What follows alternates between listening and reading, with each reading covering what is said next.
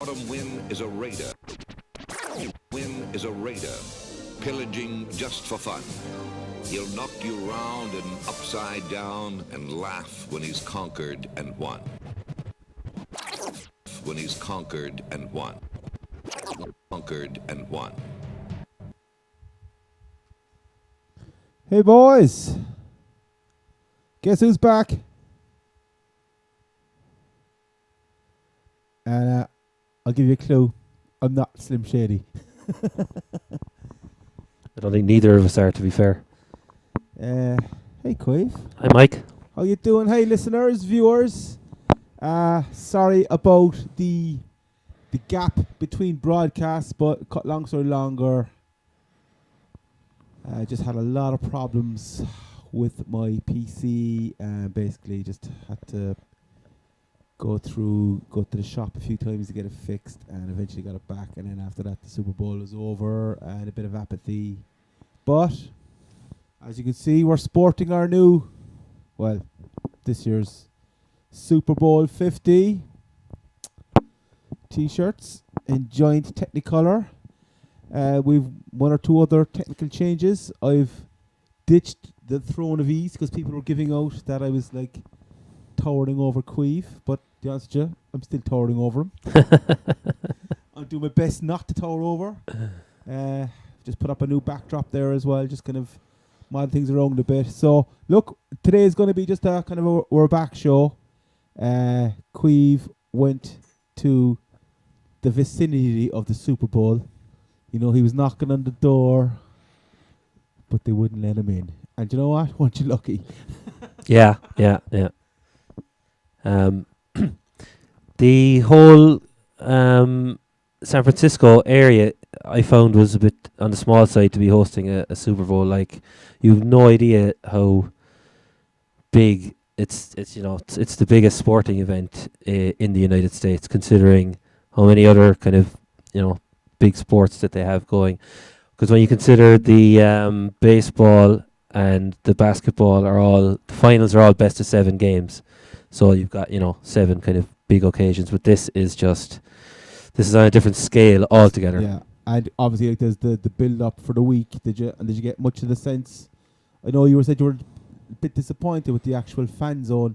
Like the only other time that I can remember that I was in Germany for the time of the World Cup, and they had a fan zone there. It was just unbelievable. Like, but you were saying this was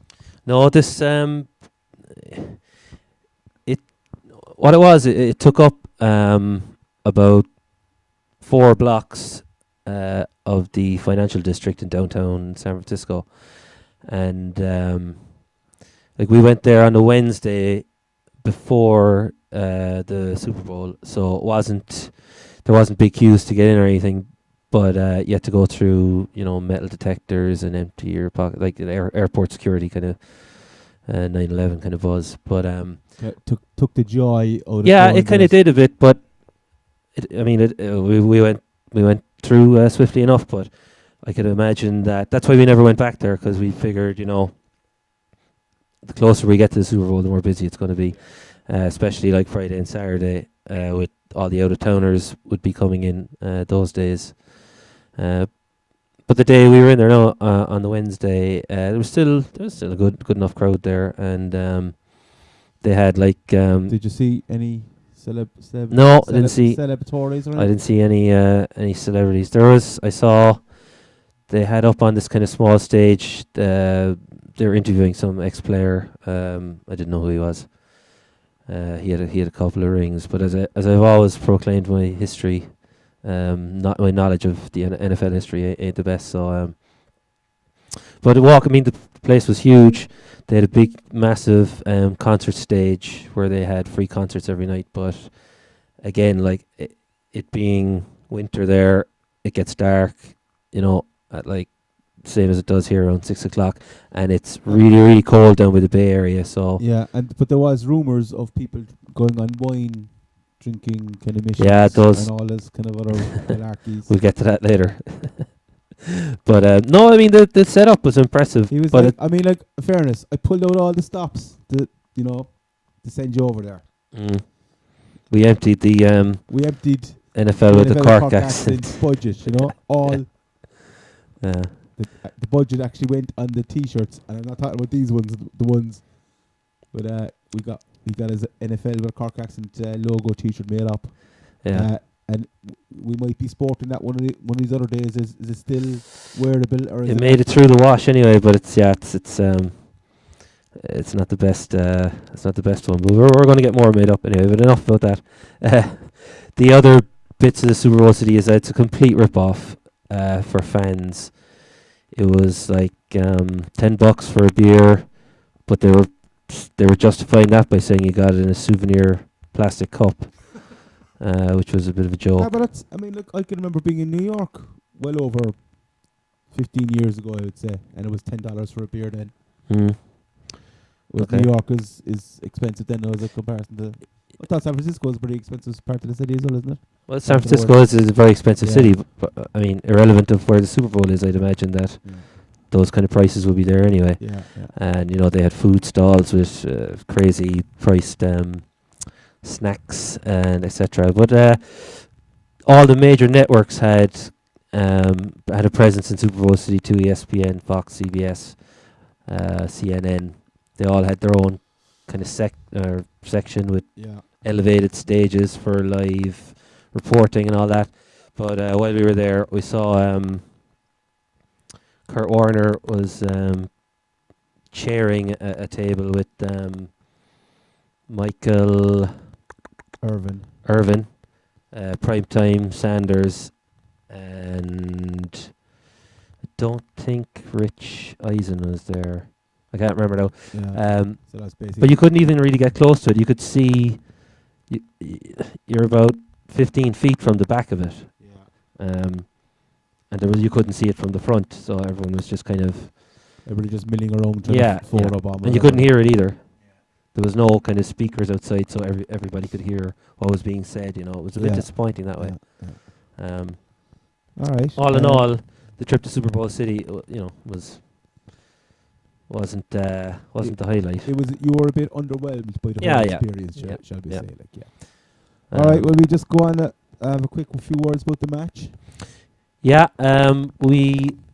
What we did, me and my lot that were over there, we were told beforehand that you want to be in situ very early to get a good seat in one of the kind of prime sports bars in San Francisco. So, us being Irish, we didn't mind. We found out what time it was opened at. Opened at 10 a.m. We were there at 10:30.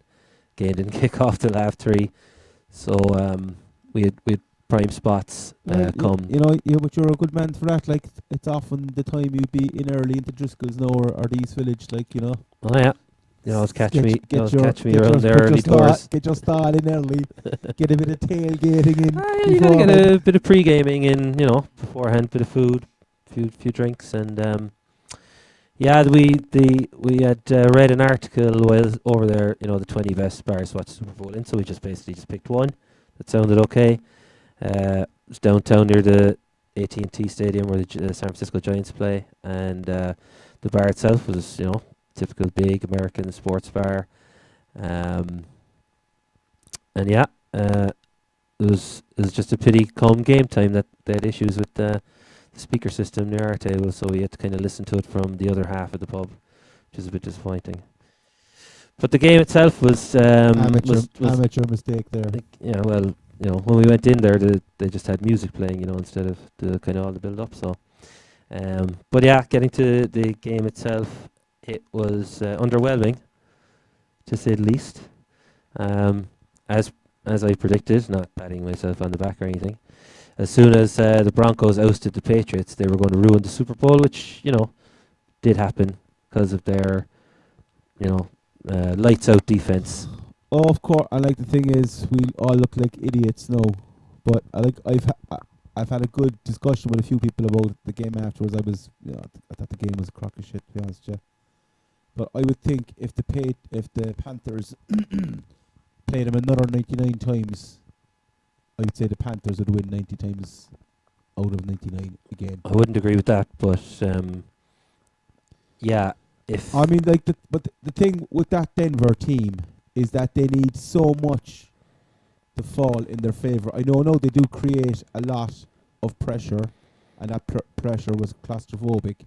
But even if one or two of the Panthers players stepped up to the mark a small bit, because even with 10 minutes left in the game, they're behind by 10 points, is it, or even less? Like I was saying, all Cam has got to do is get one game-winning.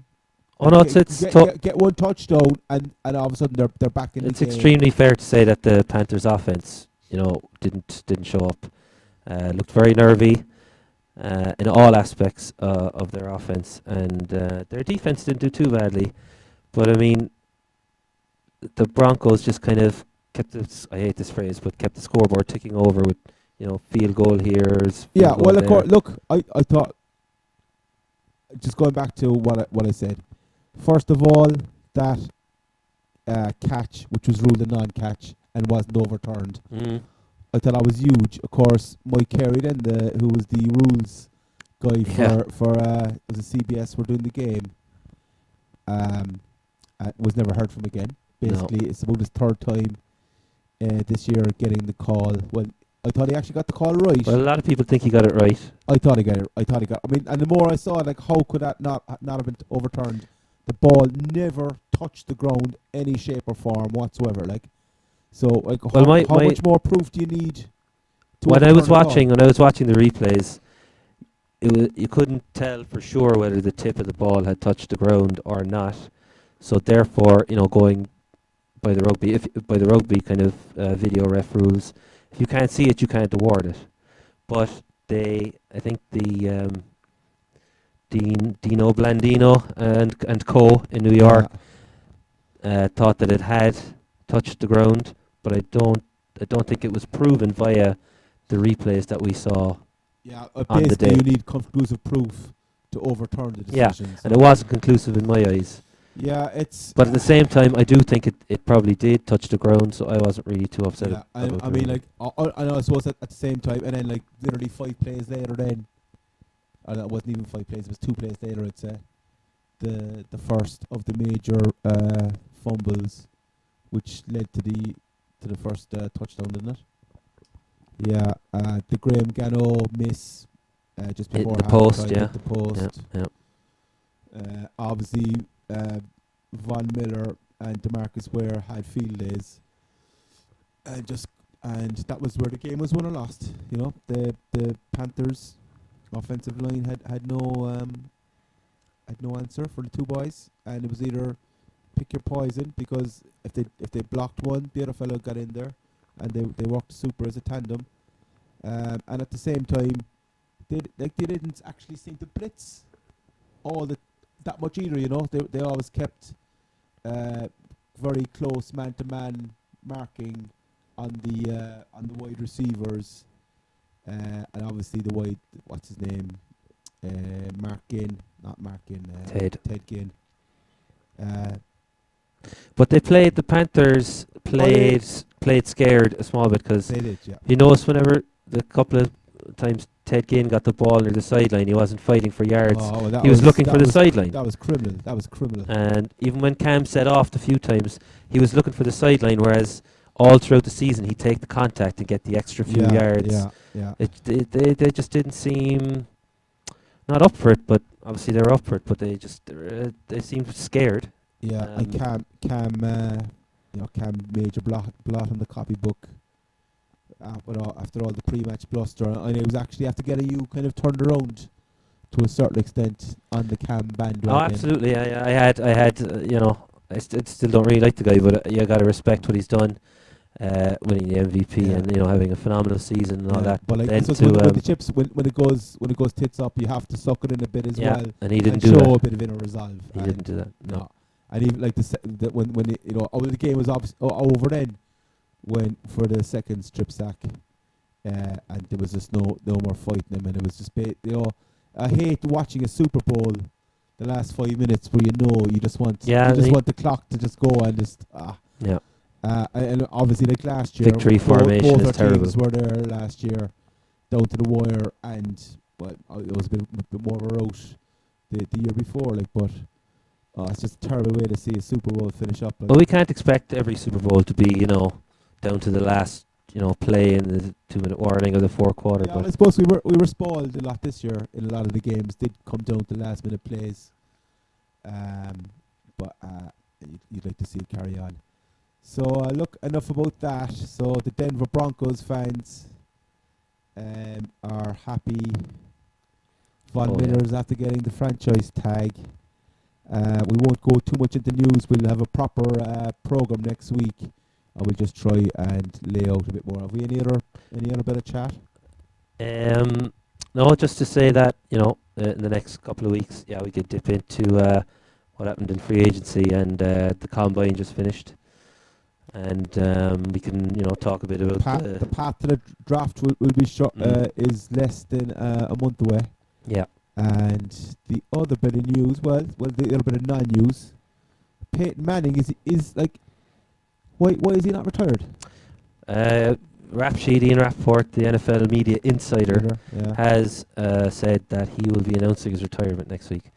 So it's all just kind of a big hullabaloo. They want to make a big deal out of it. Yeah, but it's a bit like the phony war, waiting for war to break out. Why does it look, I know he wants Budweiser to throw him a big street party. As I said, free pizza for everybody. He's after landing on his feet. He's got a second Super Bowl ring, which now makes him a shoe-in for as a HOF, probably first time. Yeah, he was a shoe-in anyway, with all his records. There was always question marks about his and I think he finished up with a 50-50 record in the playoffs as well. Basically all smelling of roses. Colorado make weed legal. He buys 21 Papa John's franchises. Everybody's munching through Papa John's pizzas to beat the band. Clever boy. He's got the looks. He's got the pizza shops. Yeah, it's just makes me wanna vomit. So I don't know how this is long. We've gone into a bit of tangent man stuff there. Yeah. So will we just sign off there? We'll finish up, and we'll back next week with more informative stuff. So please tune in. Over and out. See you, boys. And Queen didn't mind me to play this as the intro tune, but I'm gonna play the outro tune. When you broke down, I didn't leave you. I was by your side. So where are you now that I need you?